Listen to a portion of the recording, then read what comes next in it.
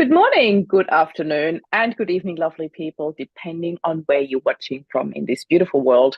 Today, I am so pumped, and I'm going to share that with you in a minute why, to have the lovely Carol Cooke with me. Carol, usually I do a quick intro of how we met. I will leave this till after you introduce yourself to our audience, and you'll sure understand why. Please do us the honor and tell us who you are. Well, thank you for having me. Thank you My for name's being Carol. here. My name's Carol Cooke, and I'm a three-time Paralympian. I've won 3 gold medals and 1 silver medal in the sport of paracycling, and I have a huge different background. I was a police officer in Yeah. Canada, so obviously I wasn't born in Australia, as you can tell, and emigrated to Australia. It'll be 30 years on August 31st to marry my husband. And Oh my so God. I do think of myself as Australian now. Sorry, Mum, if you're listening. Because I've been here almost half my lifetime. Yeah. So yeah. And Yeah. now I'll let you tell the story of how we actually met.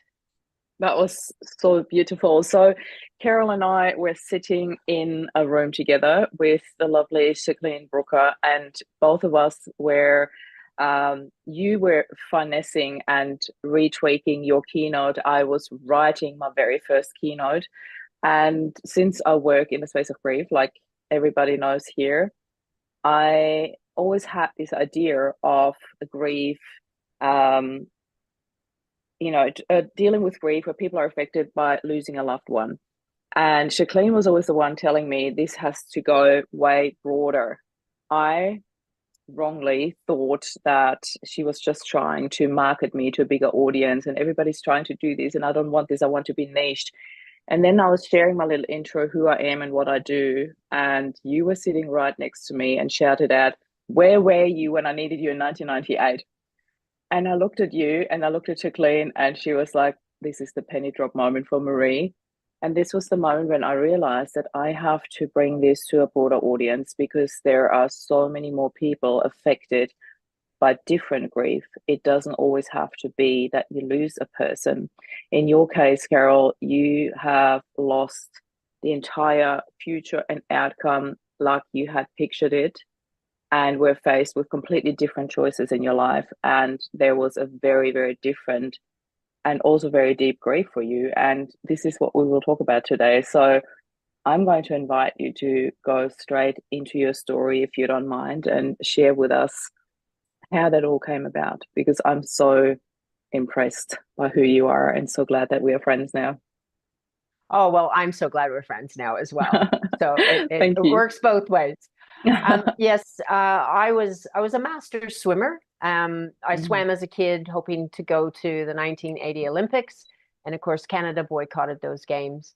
And I had a great career in the police force, and then emigrated to Australia. And I was swimming as a master swimmer, and I had some really unusual symptoms. I thought I was coming down with the flu, Mm. and I eventually lost my balance. I couldn't walk down the hallway without feeling Mm. like I was going to fall over. And then my eyesight started to deteriorate. It felt like my eyes were shaking side to side.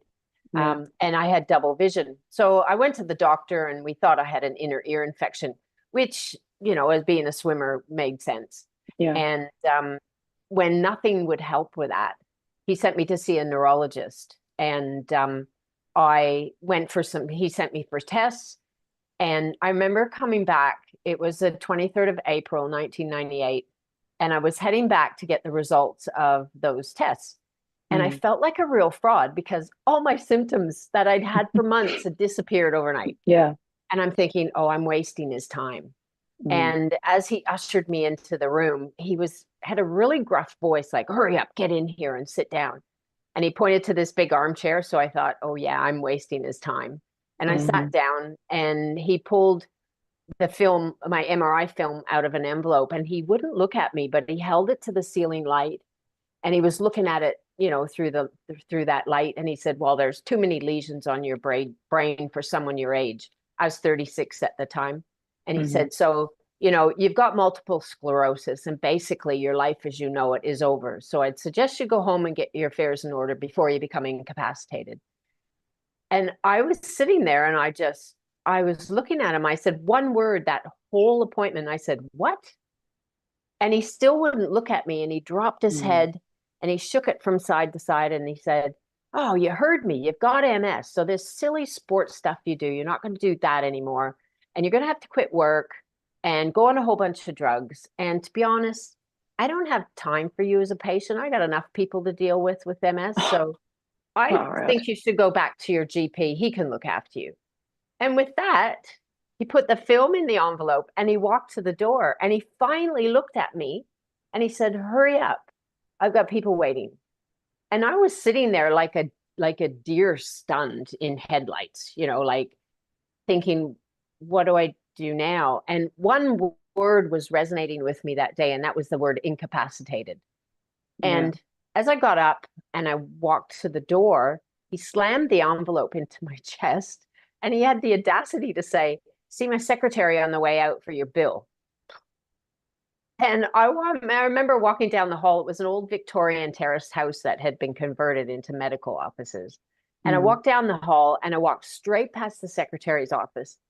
And I put my hand on the door handle and I could hear her yelling, Mrs. Cook, your bill."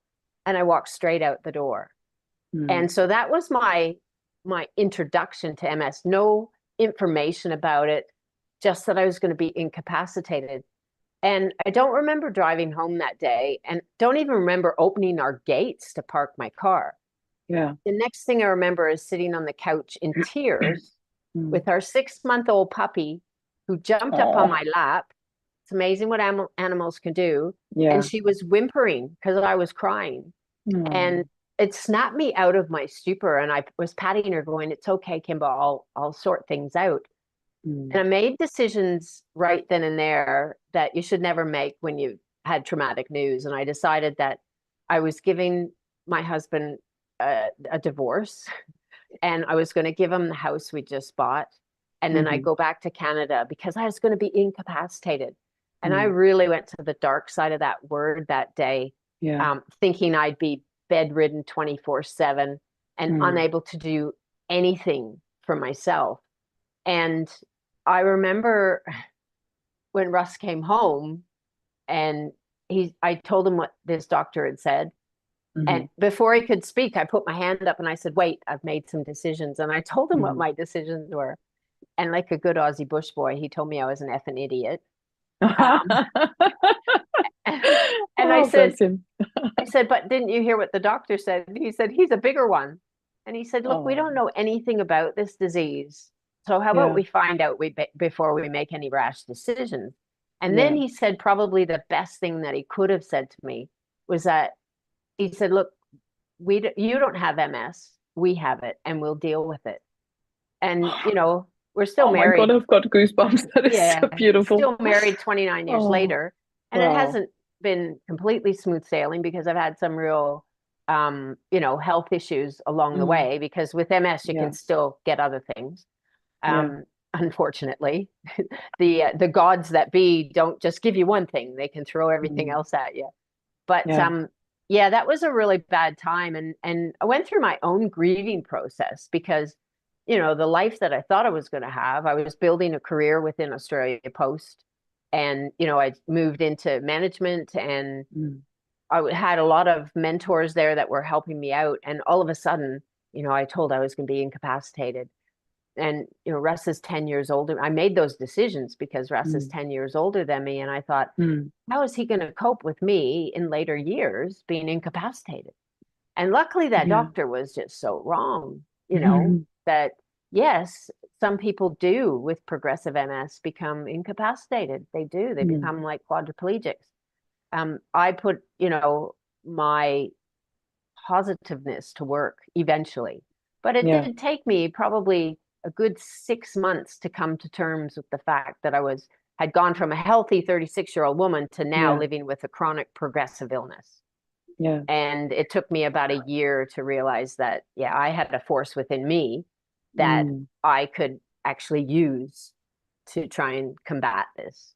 So nowadays I wouldn't change the fact that I was diagnosed with MS, because Yeah. it's given me so many opportunities that I never would have had, Yeah. and made me who I am today, really. This is it's such an incredible story. I've heard most of it before, and I'm still sitting here completely in awe, like hanging on every word that you say. And I'm just so in awe of who you are and the force within you that you talk about a lot in your keynote as well. And I love also that play on word because you used to work for the force. So can you give us a bit of a timeline background, as in you did work for the police force, and then I also know that you had a lot of dreams when you were little about sports, sporty futures. Can you share a little bit about the timeline so people know where the Yep. diagnosis actually came in, and then we talk about how you actually progressed to doing some amazing things in this world. Yeah, sure. At 7, I think I watched my first Olympic Games, the Hmm. 19, and this will tell you how old I am, if you can do math. The 1968 Mexico Games, and I remember lying on the living room floor watching the gymnasts, and I was mesmerized by the gymnasts. I And love right them. then and there, I thought, oh, I'm going to be an Olympic gymnast for Canada. Mm. And at 9 years of age, I tried out for an elite gymnastics club with my best Hmm. friend Sharon, who lived a couple Hmm. doors down from us. And we got to the front desk, and I was so excited, like this little 9-year-old going, I'm going to be an Olympic gymnast. And the lady at the desk ticked my name off and then pointed to another lady to go and have my height and what I didn't know, my weight checked. Hmm. And she did my height, and I stepped on the scales, and out loud in front of everybody, she said, oh, you're too fat for gymnastics. You should never do it. And they wouldn't let me in to try it. Far out. And, back then, I mean, body shaming, we still do it nowadays. And I Oh my remember God. just sitting there waiting for Sharon to finish because her mom had driven us. And then getting home, just holding back the tears, Yeah, I and can getting only home and imagine. jumping on my bed and crying my eyes out. And I remember my mom coming in, and she grabbed me by the shoulders, and she said, what's the matter? And I told her that I was too fat for gymnastics through my tears, and I can never do it again. That's what the lady said. And my mom gave me a really couple of good pieces of advice that day. And number one, she said, don't ever let anybody tell you what you can and can't do. And then she Mm. said, number two, she said, but if you want to go to the Olympics, why don't you try a different sport? And that was a light bulb moment. It was getting me to think outside the square as a 9-year-old, and Wow. building my resilience at the same time. And I Mm. guess it was a year later I started swimming.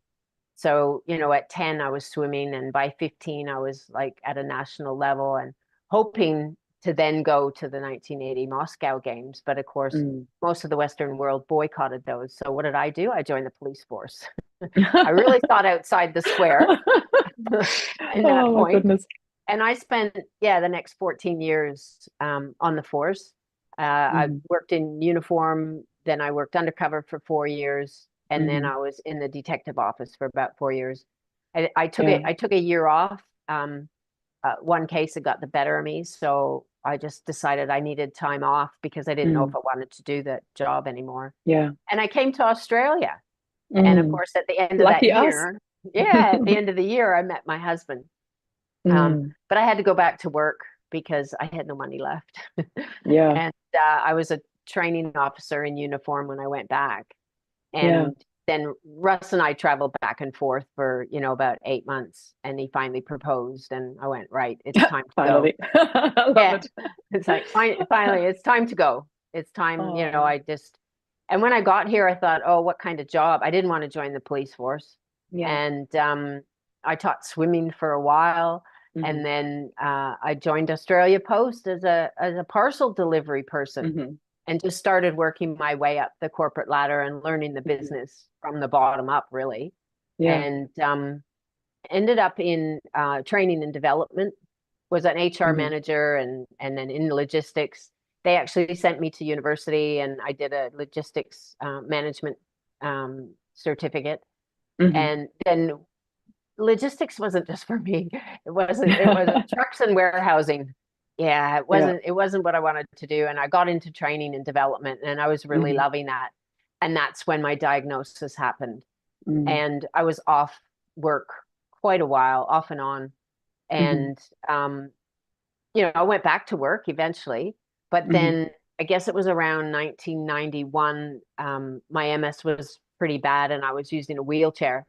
And I really had issues at work with, like, they'd move floors, I couldn't open doors, they'd put my desk in a corner that I couldn't get my wheelchair around. There was one disabled toilet, it was down on the first floor, we were on the 15th. And so I went to my boss and I said, look, I've got a couple issues here, and I laid them out. He goes, well, what do you want me to do about it? And I said, well, nothing, I guess. I'm going down to HR. And I went and applied for a disability payout, which nobody thought I would get, but I did. And, wasn't sure what I was going to do. That was about 1992. And so I had started a charity event 2002. 1992. I wasn't even here. Losing timeline. 2001 is when I around 2001 I left, and I started a charity event that year, which I ran for 20 years for MS, called the 24-hour mega swim. And I'm happy to say it's still going to this day. Wow. But after 20 years, that was just when COVID struck, we were able to get the 20th year in just before we went into lockdown here. Lucky. But I'm happy to say that raised $11 million in that 20 years. Wow. And it goes to people living with MS to apply for a scholarship to follow a dream. And it can be anything, from having your kitchen redone to, they're $2,000 scholarships. When I was there, I kind of upped them so that there was more money available. But MS, since I retired, MS has brought it back to $2,000 scholarships for people. Could be a gym membership. It could really be anything. Wow. And this is incredible. I got into parasport, I guess it was around 2005. I was still swimming. And I went to the first the first World Masters Games had para categories in swimming and athletics. And I thought, I was out of the chair by this time. I had some medical intervention and that worked. And I thought, I wonder if I classify. So I went and got classified as a para swimmer. I did. I was an S10 swimmer and went to the World Masters Games, which happened to be in Canada. So I had a visit home as well. And did really well. Brought home a swag of medals, and the Paralympic Committee the Paralympic Committee here had heard about me and sent me an email to come to a talent search day. And I'm thinking, like, master swimming starts at 25. And so I'm thinking, they have no idea how old I am. I was 45 at the time. Yeah. And so I sent the guy a message back, and Tim Matthews was his name. And I said, I think I might be a bit old for this talent search day. Do you know how old I am? And I just left it at that. And he emailed me back. He goes, no, doesn't matter. Come anyway. So I remember I walked into the Victorian Institute of Sport that talent search day, and there's all these parents there with their kids. And I walked in, and I'm sure they were saying, where's her child? And I'm like, hello, I'm here for the talent search day. And so I think I was 20 years older than the oldest person there in the talent search. About 24, because I think the oldest was 21. Yeah. And I just did all the testing with the kids. And about 2 weeks later, I got a letter saying from the Paralympic Committee saying, oh, we'd love you to take up the sport of rowing. It's a brand new event in 2008 in Beijing. And I'm thinking, rowing? I'm used to being in the water, not on top of it. Yeah.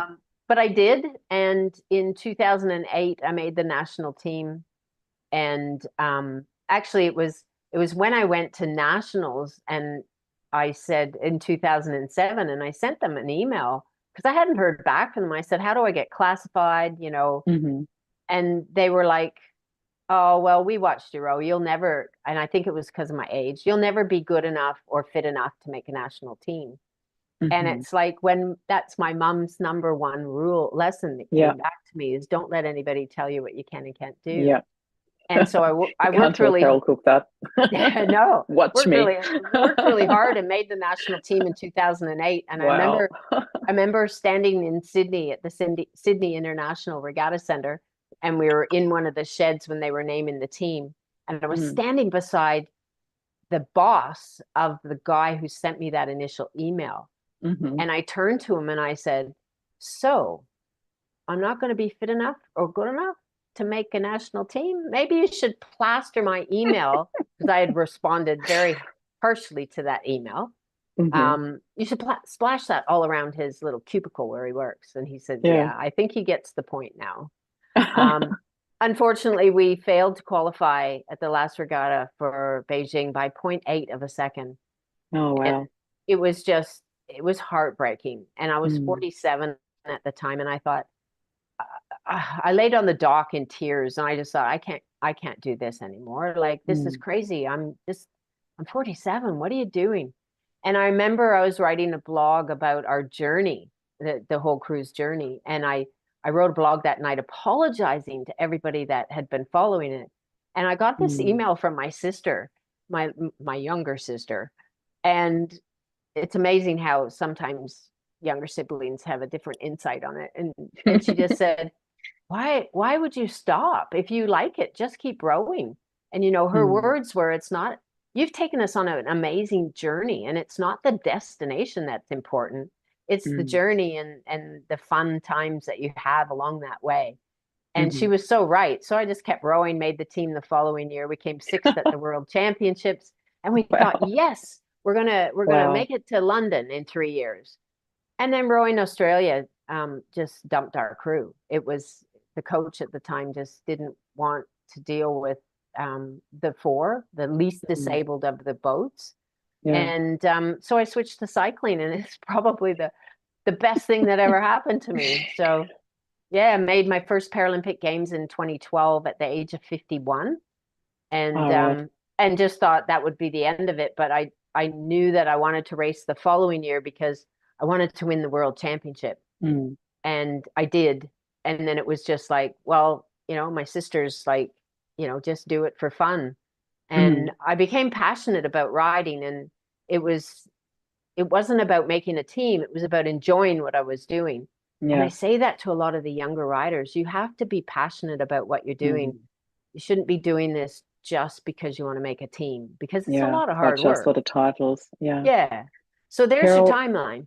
yeah, this is incredible. And again, a lot of the things I didn't even know about your timeline. So Um, what I love about this so much is your flexibility that you have proven over and over in between. You know, that, okay, if I can't go any further with that, then I try that, then I try that.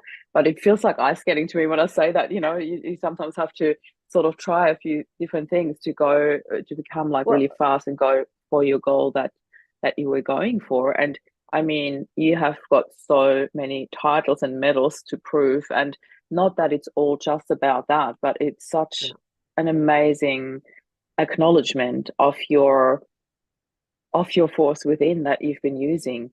My question for you, because obviously we hear a lot about your diagnosis and things that you've dealt with, but your main focus is on what you have done, and this is how you live your life. And I love this so much about you. Well, our audience, so would you mind sharing a little bit about the grief part of it? How did you deal with that? And it seems to me you sort of went into acceptance rather quickly. I know you said it took about 6 months to a year, but can you share a little bit about that, how you actually dealt with that? Because I feel there's the gold, pardon the pun, for our audience to really listen to. How did you turn this around for you to go from grief to becoming a world champion and all these other titles that you have? I think look, at the beginning, I didn't believe it. Like, it was Mm, shock. It was like, no, because all my symptoms had gone. And I yeah, kept thinking, no, this guy's wrong. Like, yeah, and he didn't want to see me again. So my GP was amazing, and I still yeah. have the same GP all these years later. hmm And he was young, and he said, oh, look, I can't look after you. We learn about 20 minutes of all these different diseases, in medical school, But he said, I called St. Vincent's. I asked for the names of 3 neurologists, and then I asked who the youngest was, because the guy who had diagnosed me was probably about 70.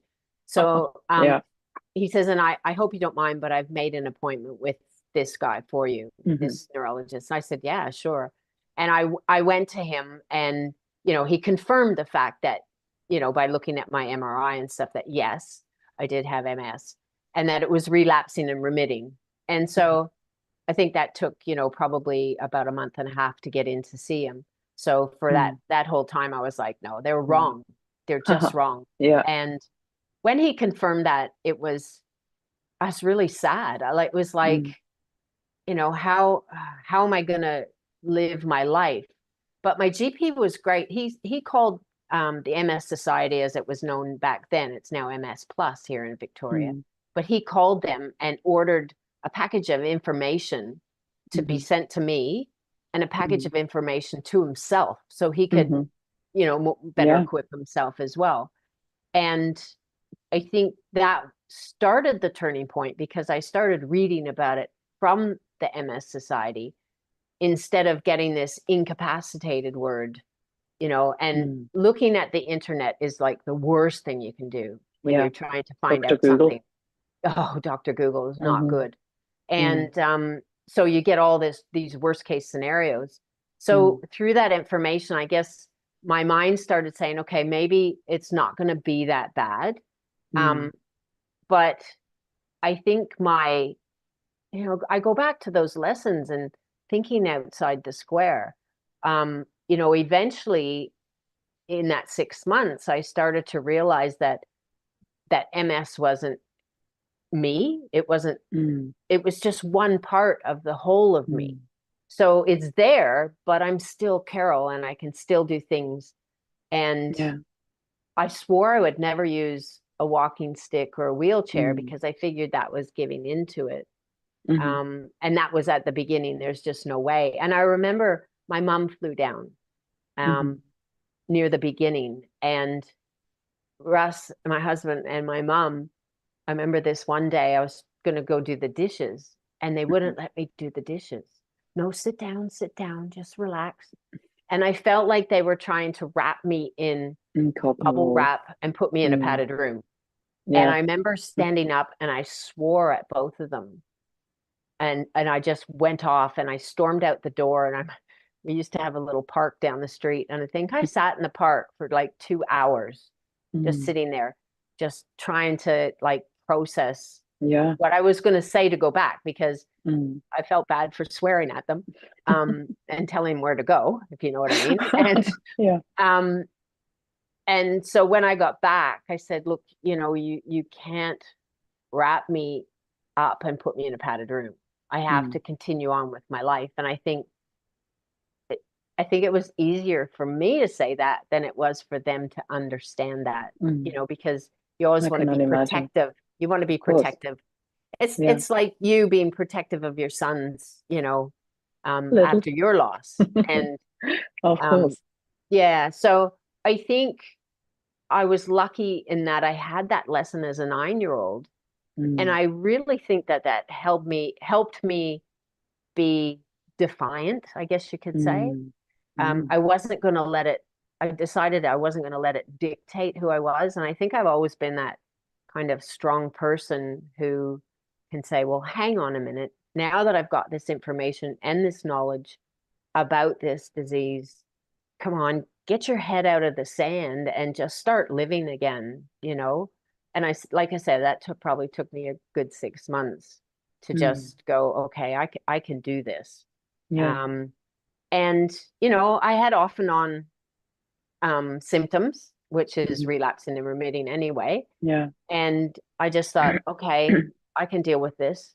My eyesight, luckily, I haven't had any more issues with my eyesight since that, you know, 26 years it's been. And because I think that would have really been bad. That would have been more of an issue for me, and not being able to drive or, you know, be able to see things properly. Of course, But it was things that I could deal with, things that I could live with. And, eventually I did use a wheelchair, and I realized if I wanted to be independent and go see friends and get out, and then I needed to use the chair, and it wasn't giving into it. It was just doing what I needed to be independent. Yeah, that's the only way I can explain it, that, I was lucky I had that lesson that you can change the way you think about things as long as you have, especially with the disease, as long as you have the information to understand it better. And I think that it's such a huge point in everything, just looking at the options that are available to you. There's always this very, very simple, and I understand more than anyone that grief is not that easy, but sometimes the solutions are that simple, to just look at the opportunities and the options that are available to you, and seeing who actually really does support you on the journey and can hold space for you, or give you the right information, give you the right support. And I know we're running out of time here, but I just want to quickly say, I know that lately you've gone through another really, really big health scare, and luckily you have come through it like the true champion that you are. So I've got two questions left for you. What's next for Carol Cooke, and how can people find you? Let's start with what's next. Well, this is my last year of competing internationally, and it certainly didn't work out the way I thought it was going to. I was hoping to possibly be in Paris for my last Paralympic Games, and I was supposed to be in Europe in May racing at World Cups, but because of being so sick and being in hospital, that didn't happen. So I'm hoping that I will be in Switzerland at the end of September to do one last time trial to finish off my career. And what's next? Well, build my speaking business. I'll have the time. I'll be here. I'm going to try and stay healthy. That's going to be a big one. We haven't even put enough emphasis on that, because you do speak at schools, at conferences, at corporate functions. Share a little bit about what people can actually book you for. What do you focus on on your keynote? Because I know that your message is incredible, because I heard it firsthand. My keynote is The Force Within. And it's just like my book that I wrote called The Force Within. And it's about being fearless, original, resilient, courageous to take a chance on change, and embracing the positives in life. And I give people ideas of how to become these things. And it really, with kids at schools, it's a bit different. It's my journey in sport, and how to overcome adversity, and really do what you want to do. The corporates and conferences is more about how do you become fearless, original, resilient, courageous, and embracing. So and people can contact me through my website. It's carolcooke.com.au, and that's Cook with an E. So Awesome. so hopefully the future is nice and bright. It absolutely, I can't even imagine it any other way for you. Really, you are so nice and bright. You're shining. You're such a shining example of using that force within you. I so honor you as a person, as a friend. I love you. I wish you all the best for your future, Carol. And we will be sharing the link how you can connect with Carol in the show notes. So I have to say thank you so much for being here, and I really appreciate you sharing the story with us, Carol. Have a beautiful day. Marie, thank you for having me. It's been great. Thank you. And anybody, if you love what you heard here today, please click the subscribe button and the notification bell to never miss an episode of Unsilence Grief. Thank you so much. Have a good day.